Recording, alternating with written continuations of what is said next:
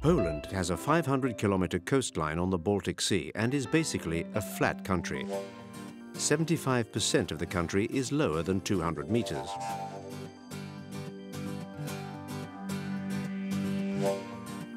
In the south, the landscape becomes more mountainous. The Carpathian mountain range rises to an altitude of 2,500 meters in Poland. Poland has nearly 40 million inhabitants. It is the sixth most populous country in Europe. The country is making great strides in modernization, not only in the way its institutions function, but also in its infrastructure and facilities. For the mindset that for decades favored collective housing has now radically changed. The country's architectural heritage is now being carefully restored. Poland, rebuilding the ruins left by the Second World War, is accomplishing wonders in this domain. Entire cities have been reconstructed thanks to archive documents. And now their beauty shines forth as never before. The finest examples of Polish architecture have been restored, whatever their period. The Baroque curves were the forerunners of much more daring creations. Poland's history over the past 1,000 years has been quite turbulent. The kingdom was in conflict with the Teutonic Knights from the 14th century on, and several times the country was cut up by its neighbors. Poland even vanished from the maps during most of the 19th century. And yet it has survived, proud and united around its people, its culture, and its jealously preserved traditions.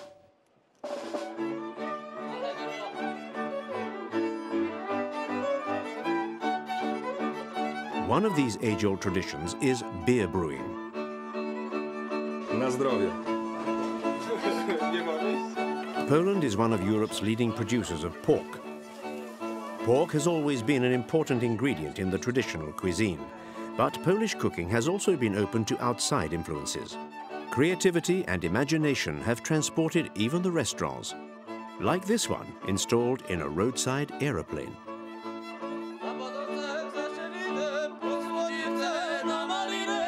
As in all the northern countries, the traditions are strongly linked to the changing seasons.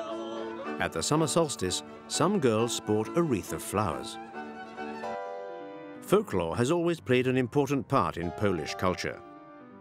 This is true for the music of the great composer Frédéric Chopin, born in Poland of a French father. Arthur Rubinstein, one of his fellow countrymen, was one of his most brilliant interpreters. Poland became one of the agricultural powerhouses of Europe. Agriculture makes up a significant part of the country's gross domestic product. This sector employs 1/5 of the workforce, despite the small size of the farms and the sometimes rudimentary means. Poland's agricultural production is both rich and varied. The vast forests of Poland have found new market outlets all over Europe. The success of prefabricated furniture and wooden houses have boosted the whole sector. Tourism is developing, largely thanks to the improvements in the road system. The local traditions and the picturesque landscapes are attracting a good number of visitors. The country has a vast potential for tourism. Its 20 national parks are havens of unspoiled nature.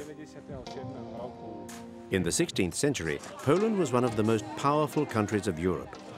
Now it's taking up an ambitious challenge on the paths of renewal. Warsaw has been the capital of Poland since the end of the 16th century. Its appearance has greatly changed since then. The communists laid out wide avenues, ideal for traffic, but rather impersonal. These thoroughfares are now evolving, and more modern architecture is gradually making its appearance. During the war, the city was almost completely destroyed by the Nazis. It has now risen from its ashes, and with the help of paintings and photos, they've done an impressive job of reconstructing certain sectors exactly as they were originally. A heritage saved from barbarous destruction and protected by the mermaid, the symbol of the city, and by UNESCO. In the northwest of the country lies a vast stretch of flat green land, Mazury. Apart from the thousands of lakes, there's practically nothing to interrupt the plain. Many consider it the most beautiful part of Poland. It's surely one of the most rural.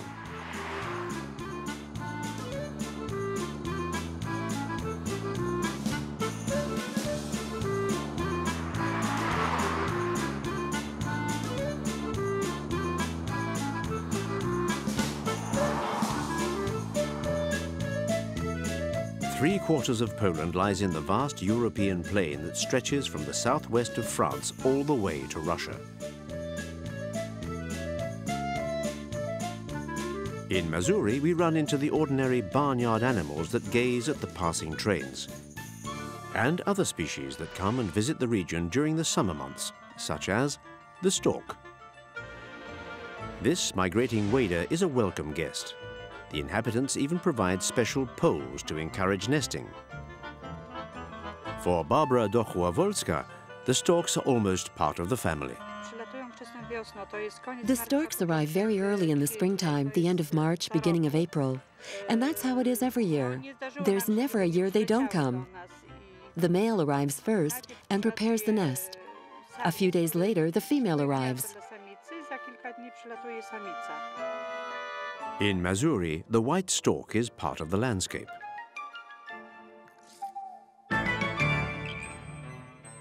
In the Middle Ages, a vast forest covered the region. It was home to the European bison, among other animals. The European bison, one of the largest land mammals on the continent, is a cousin of the American bison. They nearly vanished on account of deforestation.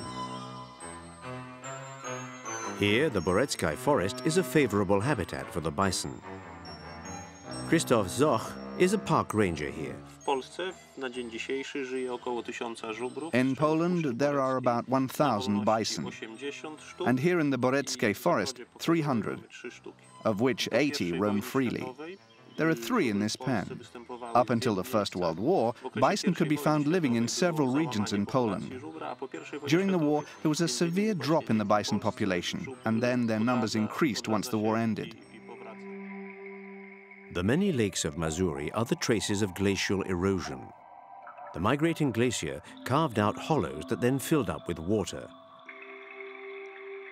The region counts 4,000 lakes. Some of them are linked by canals.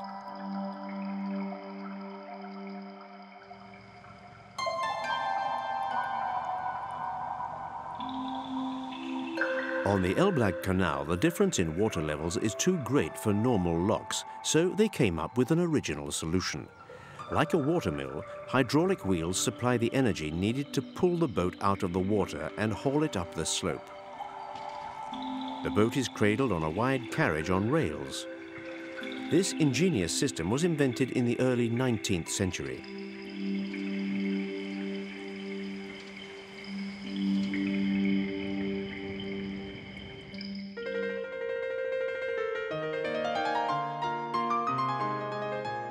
Here, on land that was long fought over by Prussia and Poland, stands the Malbork Castle, an impressive brick fortress built in the 13th century.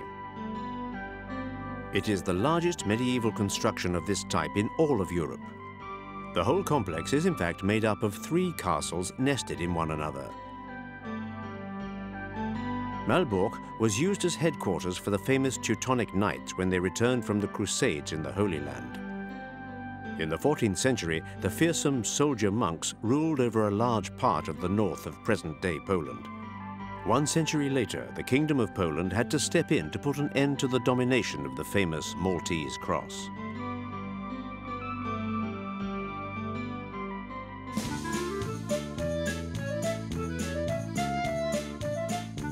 Heading for the coast, the leafy trees give way to conifers, a sign that the soil is becoming more acid. And then suddenly there's sand. It almost completely covers these trees that it has killed.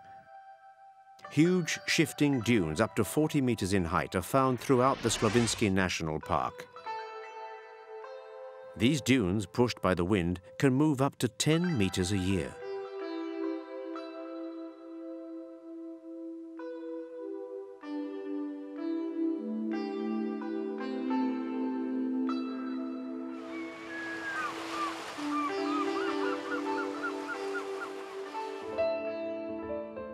The The dunes shift so much that in the 16th century, the neighboring town of Leba was engulfed by sand.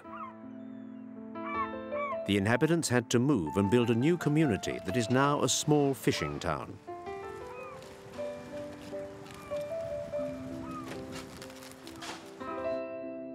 On the coast of the Baltic Sea, Sopot is Poland's summer capital. This town, with its many cultural events, is a favorite vacation spot.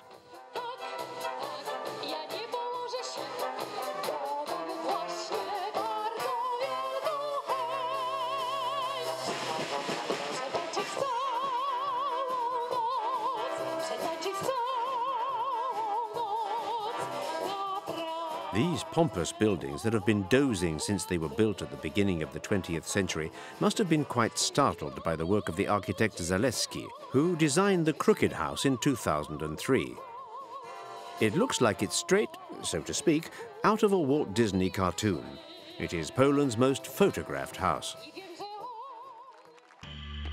The seaside resort of Sopot is quite close to the large port of Gdansk, Poland's main port and one of the most active on the Baltic Sea. The port of Gdansk has existed for over 1,000 years.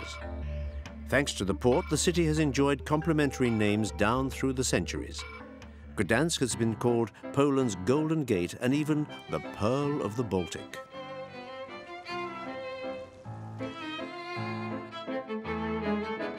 In the middle of the 14th century, Gdansk was a member of a commercial association, the Hanseatic League. It was first composed of German cities. Then it expanded to include Northern Europe and finally all of Europe.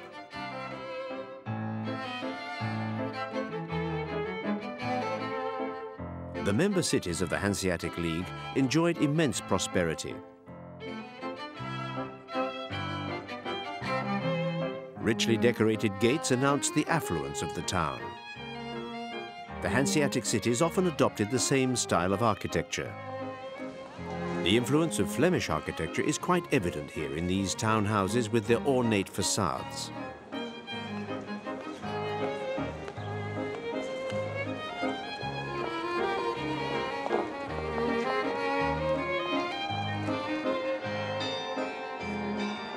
The discovery of America modified the major trade routes and sounded the death knell of the Hanseatic League.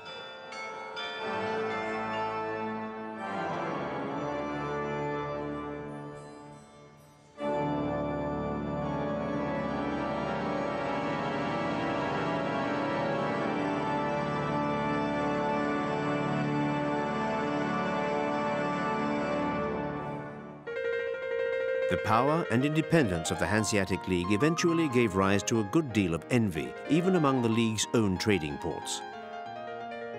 The League was disbanded in the 17th century, and as a result, Gdansk suffered economically.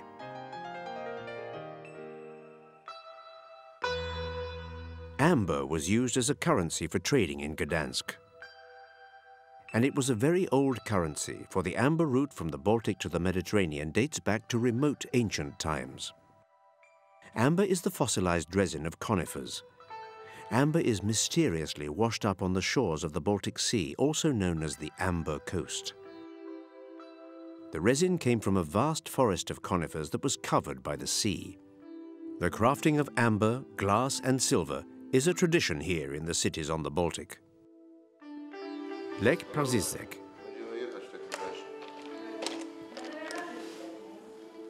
We finish up by polishing the stone, which gives it its final shape.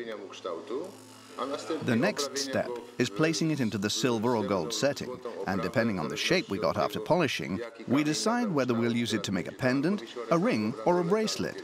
This one here will be a pendant.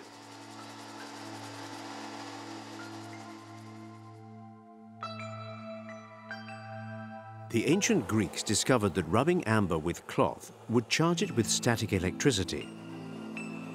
They called it electron, meaning made by the sun being the most powerful source of energy.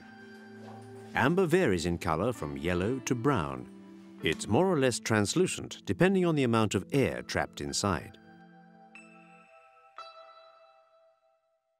Upriver from Warsaw, the Vistula and its tributaries cross the southern landscape. 1,000 kilometers long, the Vistula is the only completely Polish river.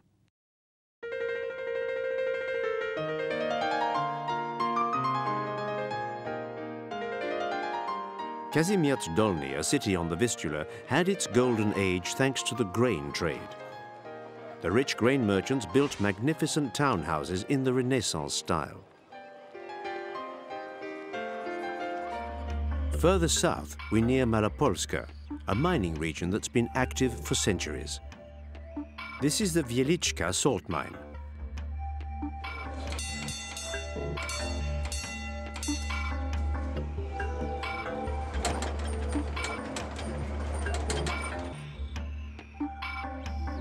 "3,000 years BC, they were already gathering the surface salt here.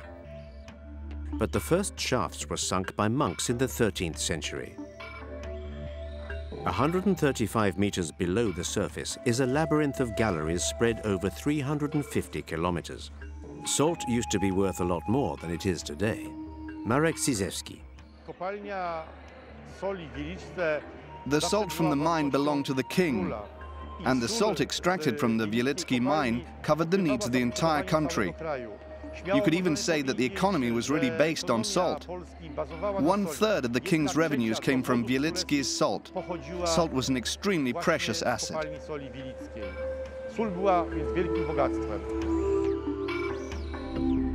The mine has a specific microclimate that is especially beneficial in treating asthma and certain allergies.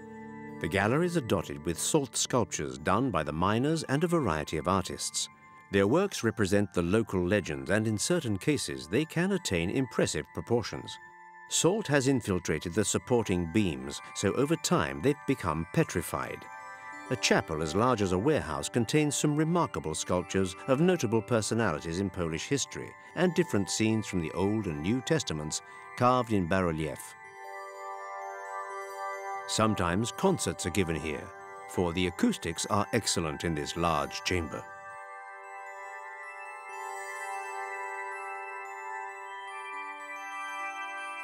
As everywhere in Poland, Pope John Paul II has a prominent place.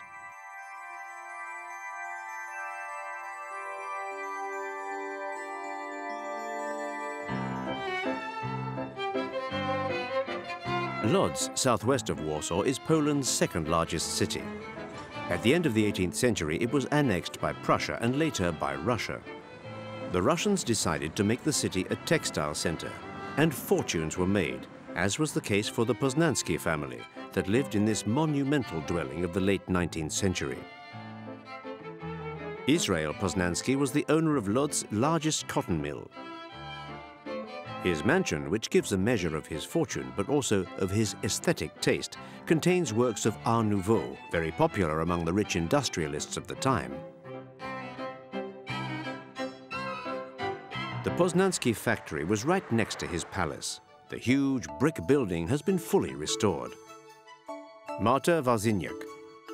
The manufactura center here were factories built in the 19th century by the Jewish industrialist Israel Poznański. It housed the whole process for producing cotton cloth. And right next to the factory is his palace and the workers' housing. Poznański created a whole city within the city. The Manufactura Center is now a post-industrial complex and is a good example of successful restoration. The buildings, which were not designated as a national landmark, might have been torn down. They were saved and restored to the norms of contemporary architecture and design.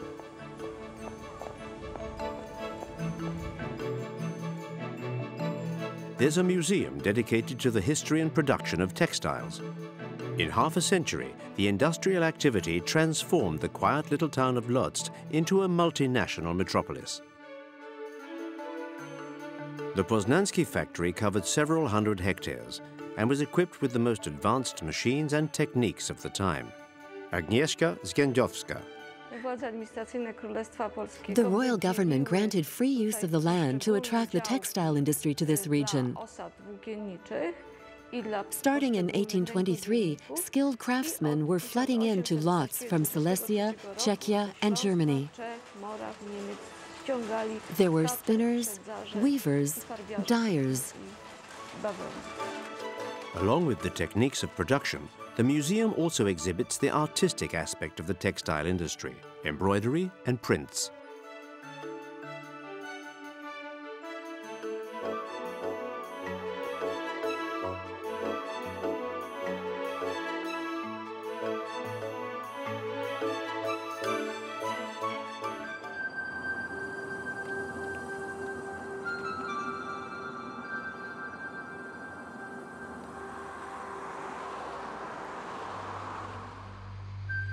Heading south, the landscape becomes more hilly. In the spring, the rivers are swollen with the melting snow. The first foothills of the Carpathian mountains rise in the distance. The Carpathians are the only alpine-type mountains in Central Europe. They resemble the Alps in climate, vegetation, altitude, and their sharp peaks. They're divided into smaller ranges, such as the Tatras, where the town of Zakupan is nestled near the Slovakian border.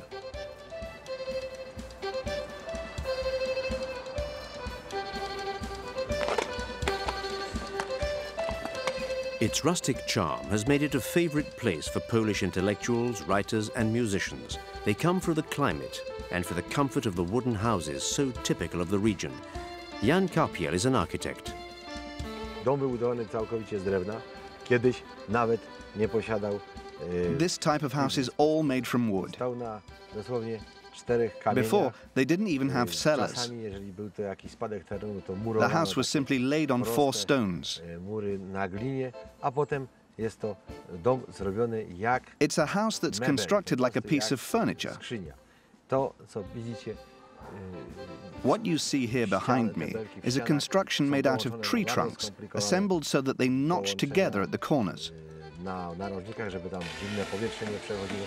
To, co widzicie pomiędzy belkami, to jest wełna drzewna, którą And for specjalnie insulation, we fill the space between the logs with wool. po wybudowaniu domu utykają, izolują, tą izolację robią, uszczelniają. The Polish architect Witkiewicz developed the distinctive Zakupan-style house, a model in wood that is still very popular. Zakupan is a thriving town thanks largely to its winter sports. The funicular is an easy way to get to the ski slopes that go up to 2,000 meters in altitude.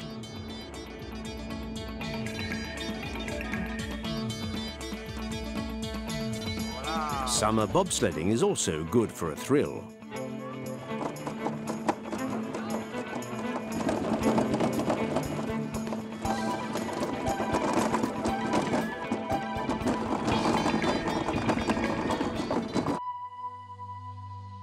In the Tatras range, the pasture land up between 800 and 1,500 meters is used mainly in the summer.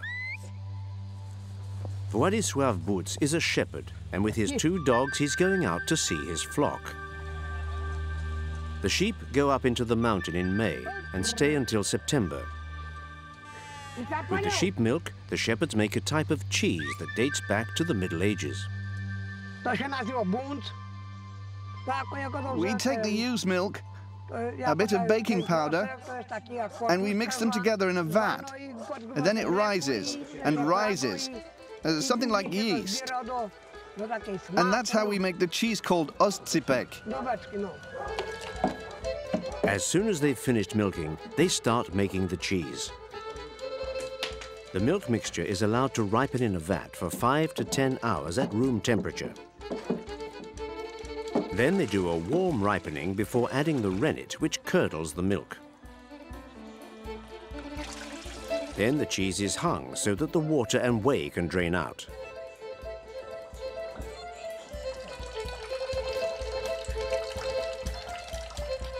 Once it has rested and been hand-pressed, the cheese is molded, salted, then smoked.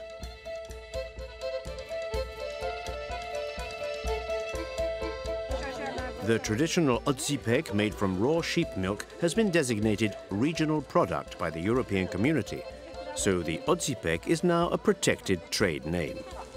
The stands in the market offer odzypek in a variety of forms, most often cylindrical or spindle-shaped.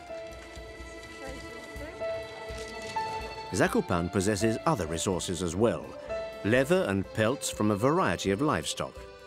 The furs are quite welcome here in this region, where the average annual temperature is barely 4 degrees Celsius.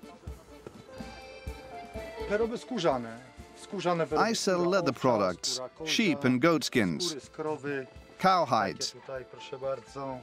Here's a skin from our region, from Zakupan. The climate of the Tatras is also influenced by a very strong wind, the Halni. It can blow at almost 300 kilometers an hour. Luckily, it's a warm wind. Here on the shores of the man-made Lake Tchortin, 2 castles have been standing guard since the 14th century. They were built as border posts on the former border with the Kingdom of Hungary.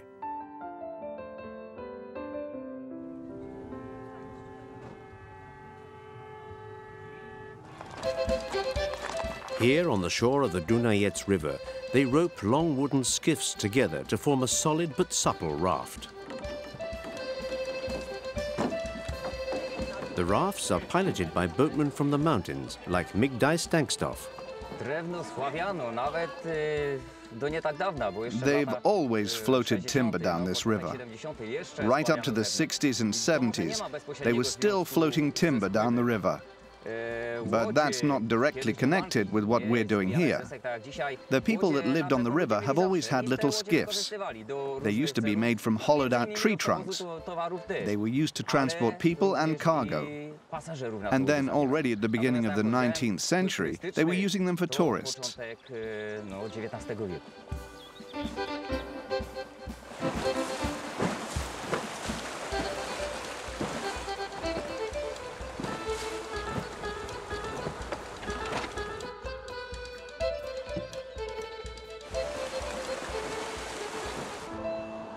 Near the Slovakian border, the road runs through Hochowów, with its traditional wooden houses all built without a single nail.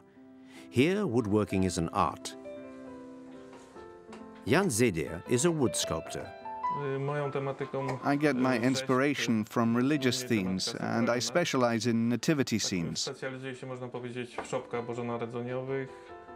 I just did a wood sculpture of Christ for the church in Zakupan. It was 1.8 meters tall. Here I'm doing a Last Supper inspired by Da Vinci's work, but I'm doing it in my own style, of course.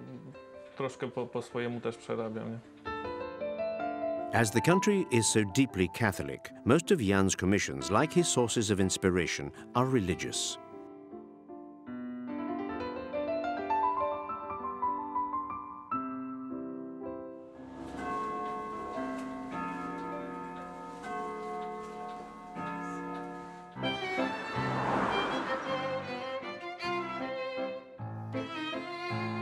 The paths of renewal also pass through Krakow, the former capital and one of the oldest cities in Poland. The marketplace is one of Europe's largest medieval squares. In the center is the cloth hall, the old covered market. It now houses a number of shops selling the country's traditional craftwork.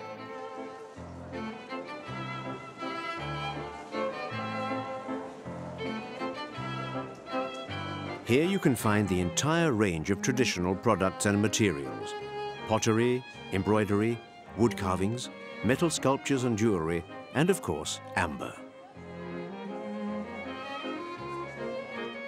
The fine townhouses with their different styles make for an elegant decor.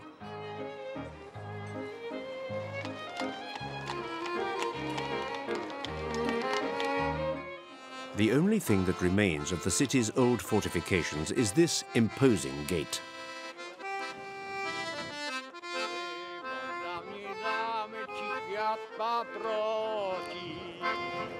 Krakow is also home to one of Central Europe's oldest universities. The famous astronomer Nicholas Copernicus was a student here.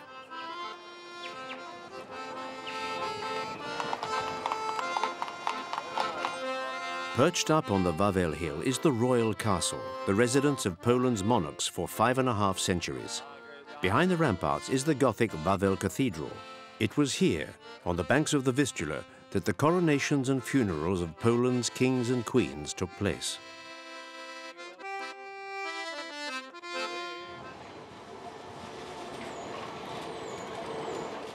Krakow is very important for the Polish Catholic Church. It's the seat of an archdiocese. The Archbishop of Krakow, who may be a cardinal, has authority over a number of bishops. The future Pope John Paul II was named Archbishop of Krakow at the relatively young age of 44. 3 years later, he was made cardinal. During his papacy, he visited his homeland 8 times.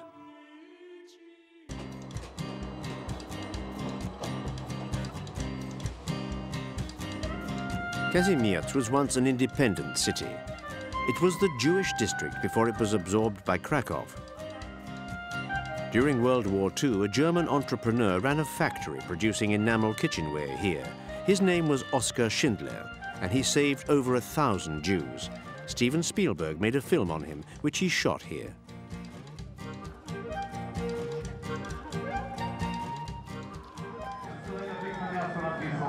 In June, they celebrate the Wianki festival. Girls wear garlands of flowers that they cast into the Vistula to predict their future love life. The city considers itself Poland's cultural capital, and there's no problem holding a traditional festival to the beat of modern rhythms.